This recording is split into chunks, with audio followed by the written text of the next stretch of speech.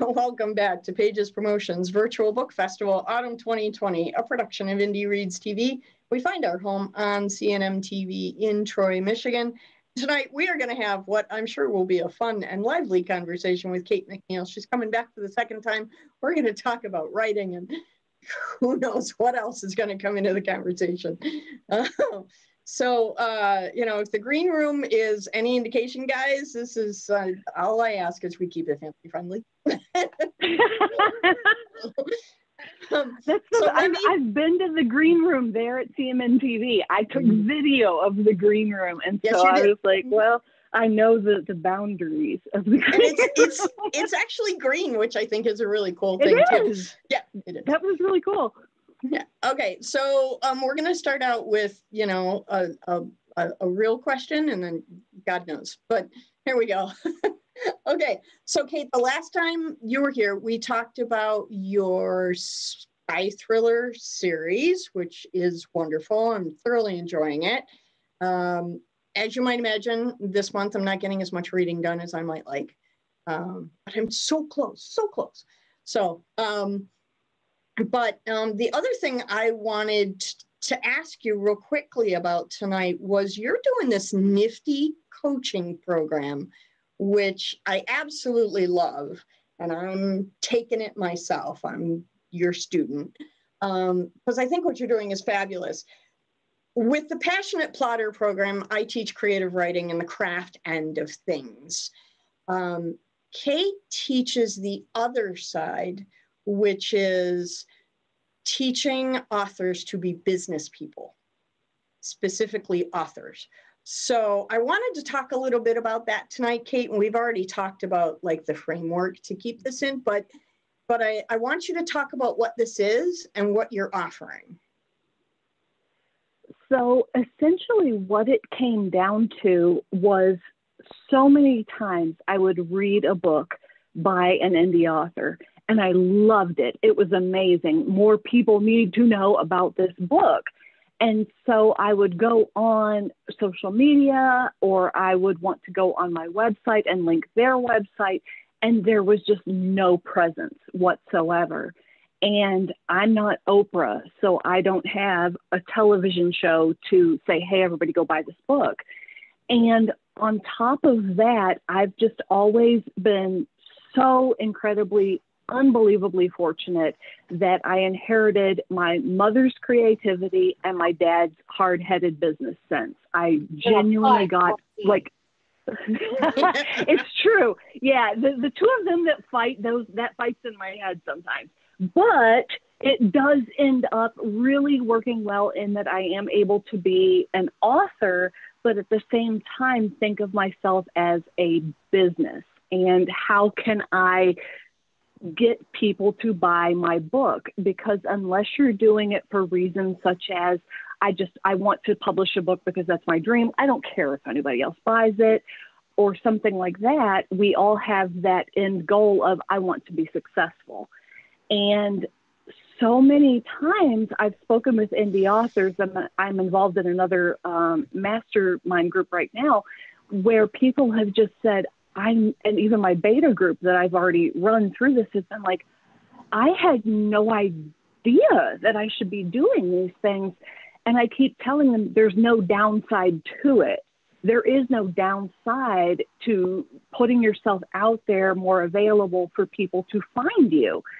And so that is the business stuff too, just the simple things that a lot of people overlook, like, do you have an LLC? Do you know how to fill out your tax forms? Have you thought about, the business cards, branding, that kind of stuff? And I love that you're putting all of this together in a concise package for people. Because I think that I did a big survey a few months back, and the two things that overwhelmingly people were saying kept them from initiating these things on their own were overwhelm. We're just, oh my God, I don't even know where to start. You're telling me I need business cards and also this other, no, I don't. So I'm not going to just do it. I'm just not going to do it. And fear. which is I'm going to screw it up and the IRS is going to come, throw me in jail or something like that. Right. And the whole thing is, if you take it just, that bite of an elephant at a time, there is literally no downside to treating your author self as a business. I posted today on one of my social media about some of the advertising that I've done that did not go very well. And it didn't go very well, but because I treat myself as a business, that's a write-off. That doesn't mean Uncle Sam shows up with his credit card and it's like, here, buy a new laptop on me. But I was able to roll that into the business self. And when I see authors that are kind of shooting themselves in the foot by not being available, because just the number one example I give is if Oprah lands on your book, Oprah loves your book, Oprah wants to tell you everybody about your book and how you should go read it, and she goes on Twitter and you don't have a Twitter presence. And a presence doesn't mean that you're on there every single day tweeting. That just means you're on there. Then Oprah may say, well, it was great, but I don't really know where to send people. So I guess I'll send her to this second one that I really liked a lot. Yeah. I think people forget that it's, a big part of why we're doing this festival is because it's exposure through word of mouth, right? We sit and we have this conversation as we would around a festival table, under a tent, in a big open space somewhere. And then we share this video on television and on YouTube. Again, that's another outreach, another word of mouth. But what we forget is if you don't have something for people to talk about or something for people to send their friends to, if you don't have that referral base, then that's a real liability for your authorship. You need to make it as easy as possible, because especially the example that I get is look at Amazon Prime, like what is it, one-step purchase, where you can go on Amazon and just bang, you just purchased something. If you tell somebody about your book or they hear about your book, but they have to go through 3 or 4 or 5 steps with this author that really they don't know personally about, they may really not follow through on that. And so you want to make it as easy as possible for people to get your book and just scream to the masses about how great it is. Absolutely. And that's why I respect so much what Andrew does for us, is because he's constantly, when he engages in these conversations, he jumps online and he searches and he finds and he puts it up and he throws it out there. If it's not easy enough for Andrew to find it, you're not going to get Andrew's referral. Amen. So can we just trademark that? Yes. But that's why I love what you're doing so much. And I really appreciate what you're doing and that you're helping other authors to bridge that gap. They don't even know which gap they have to bridge. So I'm really grateful for that. So one other question I have before I'm going to throw it to the room. So I'm reading Sub Rosa and I'm really, really enjoying it. And I've told you this before. I love the character of David. Madly in love with this character. Here's what I want to know. Is David going to get his own book? I have thought long and hard about this because a lot of people have asked me that. And the honest answer is I don't know. Oh, that's because I know, but the reason I say that is because I think that part of David's appeal as this character is there's so much you don't know about him, because we're seeing him through the main character, Vivian's eyes. And part of me thinks that would almost be taking away that mystique behind him. Yeah. I'll let you have that. Okay. I mean that, and it would have to be like from way before he met Vivian. If I did do a book from David's point of view, it would be well before he met Vivian, because anything else to me, I do not want to say, and I do not mean that it's lazy on an author's part to just do hey, this is the same story, but from this other point of view. But to me, just personally, I'm thinking to myself, what value am I really adding? I mean, we saw what it meant from this main character. I had not ruled it out. Okay. But I think it would be something that I would, if I was going to do it, I would tackle it after the series from Vivian's point of view is complete. Got it. Okay, that's fair. That's fair. Besides, she's a Panther. She can't plot that. Exactly. Thank you. I haven't even plotted out the book I'm writing. You're wanting me to write like 3 books in advance? What? Diana, don't encourage her. Thank you, Diana. Thank you. don't encourage her. We're trying to make her be a plotter. Don't encourage her. Yeah, but from Kate, Go ahead, Andrew. No. Hey, Kate, from a strategic point of view, you've got characters, and I mean, at a later time, you could roll them into a different direction. I mean, it doesn't even have to be even similar, couldn't you? I haven't read it yet, but I will. But you could roll them a different direction. So, I mean, my 5th book is about a character that was a bit part in the 1st book. And the 5th book all focuses around that character who I got letters from my fans. I have fans, but I got letters from my fans that said, hey, we'd like to see this guy. His name is Alan. We want to see him as a main character. I mean, he's... I think you ought to do one on Granny. Pardon? One on Gran. Oh, Gran could tell a story for sure.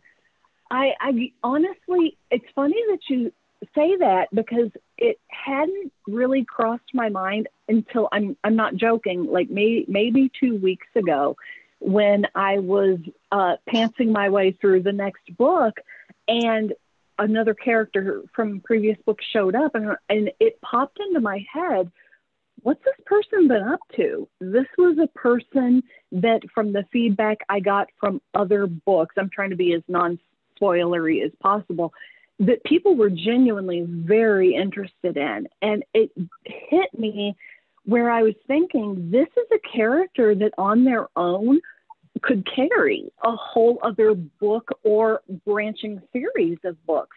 And so I almost could see that happening before I would, for example, write the story from David's point of view, one of the main characters' point of view, just because David's point of view, again, is territory, right? Exactly. And part of me wants to keep David unexplored territory, whereas this other character, I'm thinking, no, this is a character that could genuinely carry a backstory and a love interest and all of these other twist things. Whereas with David, we kind of already know where that's going, Again, not to be too spoilery, but I love that you asked that, because it was not until I think it was about 2 weeks ago when it hit me like a sledgehammer. Like, I think this might be an offshoot of the Pistol series, where I take this one particular character and give them their own separate series. And so I think that's probably going to be a real thing.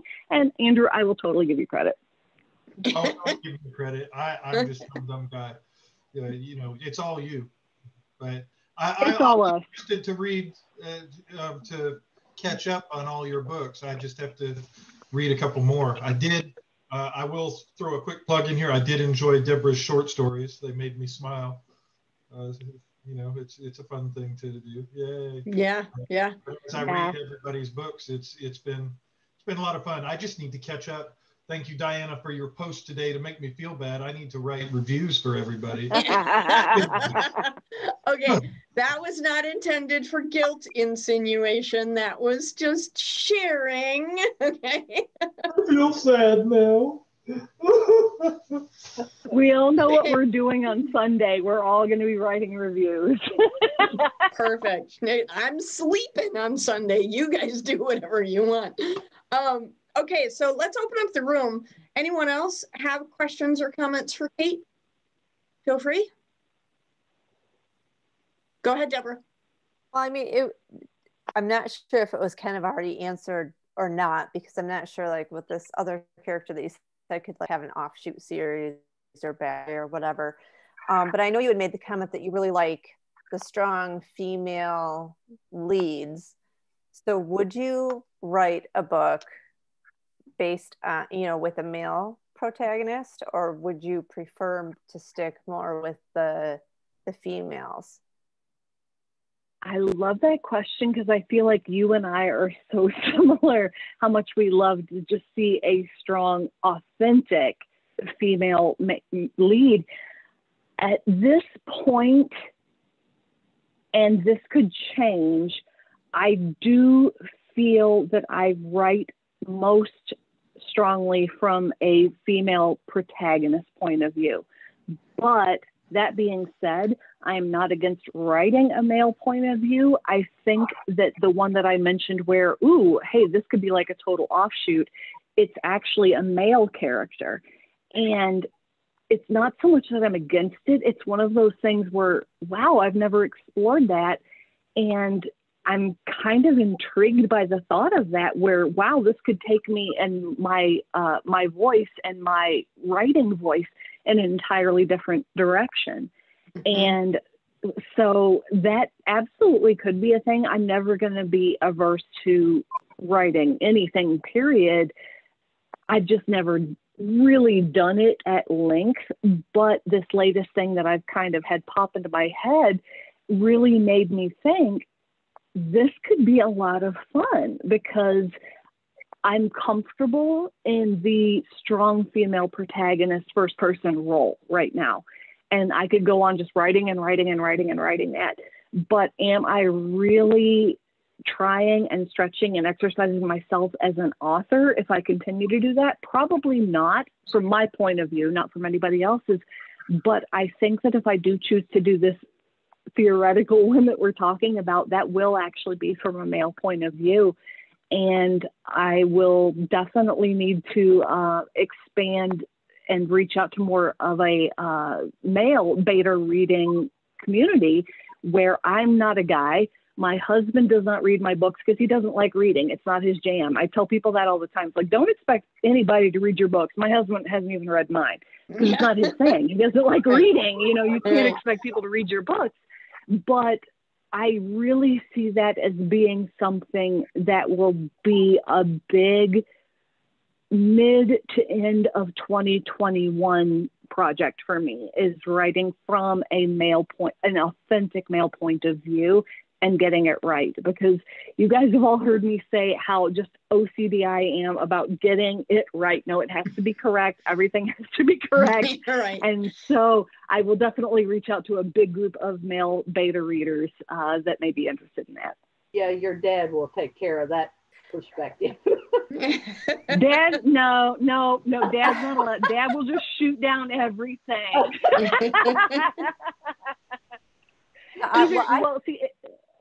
I mean, Dad will say it's that I need to fix this and this and this, and Mom will say it's fine. Leave her alone. So. Well, welcome to my world, because I mean, like, my dad is, I mean, I give him stuff to read because, quite honestly, he is one of the most honest people. Like, he will tell me if he doesn't like it. And in fact, recently, within the last couple of years, I completely rewrote the entire middle of a book. Like, I kept the beginning and I kept the end. The entire middle changed because he looked at me, gave me 10 pages of notes, and said, Oh, wow. If you keep it the way it is, I will not buy it. Wow. I will not take it off and buy it. And I was like, you know, and I'm crying. But at the point, and he told me later, he's like, well, here's some ideas that I was thinking of. And he's like, and I didn't want you to feel that way. And I said, but at the same point, Dad, it's like, if it honestly needs to be changed, I need to hear that, just people blandly telling me, oh, it's great. Oh, whatever. When it's really not, how is that going to help me as a writer? Right. So yeah. I've left writing groups for that, because they're also wonderfully supportive and kind and generous with their feedback, but none of it tells me what I did wrong. And that's just not helpful. We need people to say, if you change this thing, it'll be better because. Yeah. Right. And I think that's important to all of us. Does anyone else have questions for Kate? I encourage real quick. I encourage everybody to create a street team for yourself, a group of people that will read it and will just give you the honest truth. Yeah. Because I mean, that has, especially for the last book, was invaluable. I cannot thank the people that were on my street team enough. where they were able to come back and say, hey, listen, this just doesn't really seem authentic to the character that we've been, seeing the whole thing. So I strongly encourage everybody to do that. Absolutely. Andrew, go ahead. Yeah, this will open up an interesting can of worms because I like strong female and strong male characters. Strong female characters because I have 3 daughters, and it's taught me a whole lot about life, and an ex-wife and a wife who taught me a whole lot about life. But strong male characters because I'm almost a strong male character. So when you look at it from that, you used a keyword, and I want to get your opinion, and this is going to take a minute. But you said authentic male and authentic female, and that's a unique choice of words. My son, in my 3rd book, gave me feedback that he didn't feel that the female character was authentic because she was small, taking on huge guys and winning in a fight. And we had an argument about it, and he saw my point. But from your point of view, what makes a strong or makes an authentic female and an authentic male character? That authentic. I love this question. So for the example that was brought up, if a woman pound for pound against a man, if there was a physical fight, she's defending herself, whatever the case may be, the go-to is, well, she's smaller, she's matched up against these bigger guys. What if they're just street thugs and she's actually, a Mossad officer trained in Krav Maga? She's gonna win. She might possibly kill a few of them. For me, it's more so authentically their thoughts, their motivations, because I can only speak to and write to a female point of view because I am a female. And if someone, it is a very, very fine line to write, especially right now, where I can't necessarily say this is the strong female protagonist line to write. And with me being a female and writing a guy, I may be asking, well, tell me what your feedback is. And I think that we need to take it as a whole, as opposed to one person giving me feedback saying, no guy is ever going to let a woman talk to him that way. Or that to me is not authentic. And so that is, again, why I so strongly encourage having a street team, being open to sending out your arcs to people, male and female, that are willing to give you feedback, because right now, especially, there is not this fallback on the male and female gender stereotypes, to be perfectly blunt.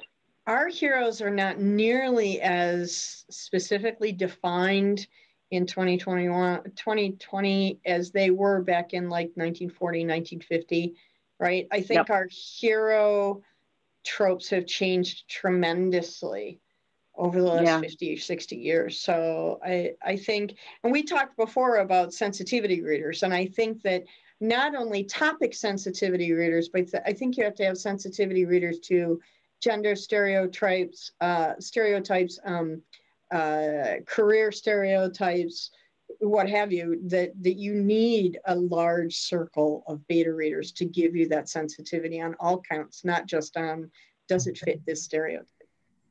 And just the acknowledgement too, that it's not that male equals this reaction and so on and so forth, but more so, okay, the overall so let's go back to one of my characters, David, where, I characterize him in a sentence as saying he's James Bond if James Bond was ever represented as being an authentic character, which James Bond is not in any way, shape, or form an authentic MI6 officer.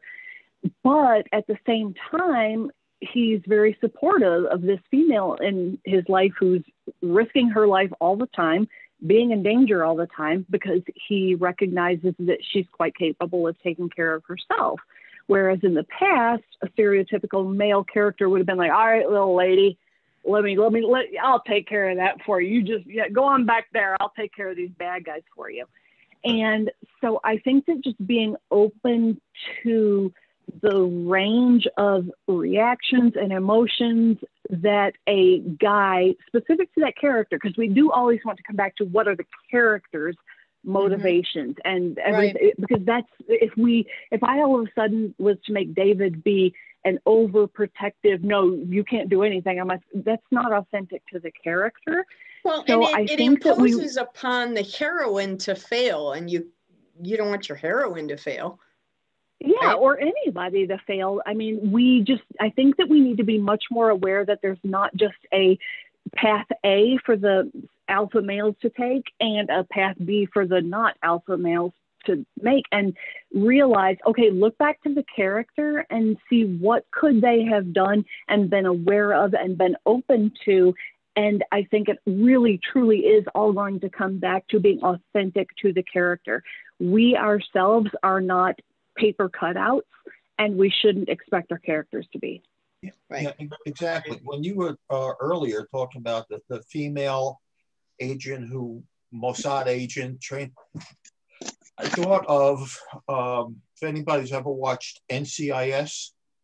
Yep. Oh yeah. Yeah. You remember the character Ziva? Oh yeah. Love Ziva. Yeah, and she is actually, her character is a Mossad agent that's on. Right. Okay? Yeah. And so she's surrounded by all these alpha males. When they're out on a case, they have no problem letting her take on 2 or 3 or 4 bad guys at once. Right. Exactly. And she kicks butt. Yeah. Any other questions for Kate? We have like 2.5 minutes of our time left. We're having so much fun. I wish this could be an hour program, and it's not. Any other questions? No, I just wanted to say I appreciate your answer. I could take that a lot further. There are a lot of different ways to approach it. And, as people, we are the sum of our experiences.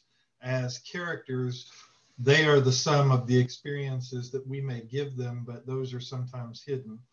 So I'll challenge you, Kate, tomorrow, just to give me an idea if it's authentic. The story that Diana just edited for me, I'm putting out for tomorrow's, but read it tomorrow. Awesome. Tell me if it's authentic or not.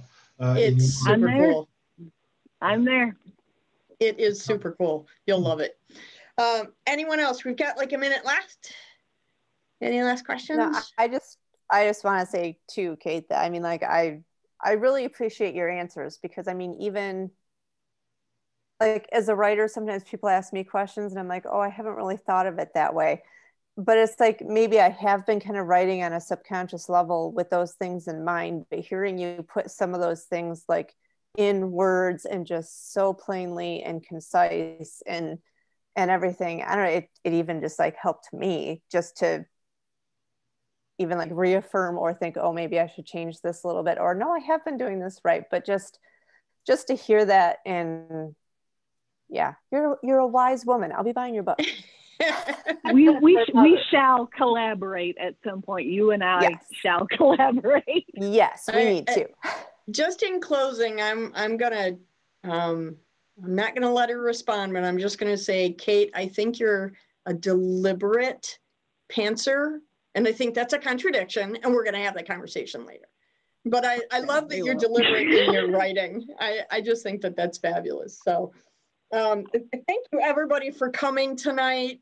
I'm like super thrilled that we get to do this. We're gonna do more of this. We're gonna do pop-ups in the next couple of months as we prepare for February. So, think about that. I want to do some pop-up stuff. I need some downtime before February, but we're going to do some pop-ups.